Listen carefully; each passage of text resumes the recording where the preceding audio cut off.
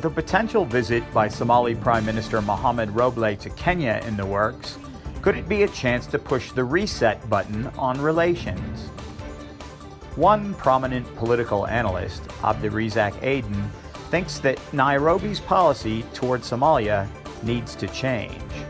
Mr. Aden is the chairman of Farsight Africa Group based in the Kenyan capital. He is also formerly with the Somali Information Ministry. His editorial in the Nation newspaper calls for President Uhuru Kenyatta to rethink his relationships. The dynamics became skewed as Kenya sought close ties with the leader of Jubaland, Ahmed Madobe, an opponent of Somali President Mohamed Farmajo. This downgraded the ties with the federal government, or FGS. The suspended trade in khat, a mild stimulant plant, became one of the casualties. Since then, Nairobi has focused on that issue, suspending flights between the countries, and it has escalated the diplomatic crisis. According to the Association of Khat Farmers in Kenya, they were collectively earning $400,000 per day. Mr. Aden points out that there is much more at stake from the suspension of flights. Some 30,000 Kenyans work in Somalia at any given time, in hotels, schools, and logistic firms.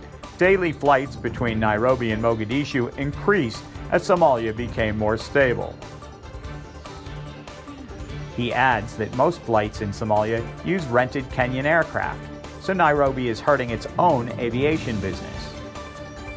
Severed relations became a threat on these jobs, however. It was worse for commercial airlines as they cannot operate direct flights anymore.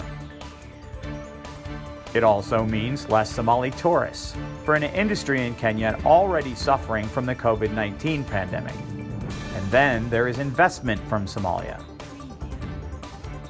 If you walked into Kenya's major towns today, you will see money transfer operators like Amal, Iftin, Dahabshil, Ta Express, Salam Investment Bank, and others, all of who are associated with Somali diaspora and giving thousands of Kenyans jobs.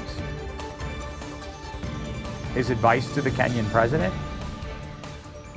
It behooves Nairobi to adjust its policy to look beyond the political differences Kenya may have had with President Mohamed Farmajo of Somalia.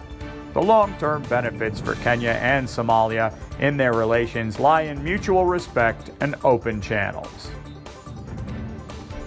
Kenya, as a member of the UN Security Council and one of the troop-contributing countries in Somalia under AMISOM, Kenya's prime foreign policy objectives ought to be to support the efforts of a united, peaceful Somalia, peace with itself and peace with its neighbors. Perhaps the meeting between Prime Minister Roble and Kenyatta at the inauguration of Djibouti leader Omar Gele will be fortunate for both nations. A face-to-face between the two officials provides an opportunity for a breakthrough.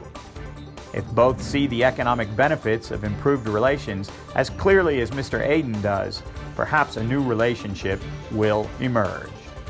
ADN TV will continue to report on political developments in the Horn of Africa.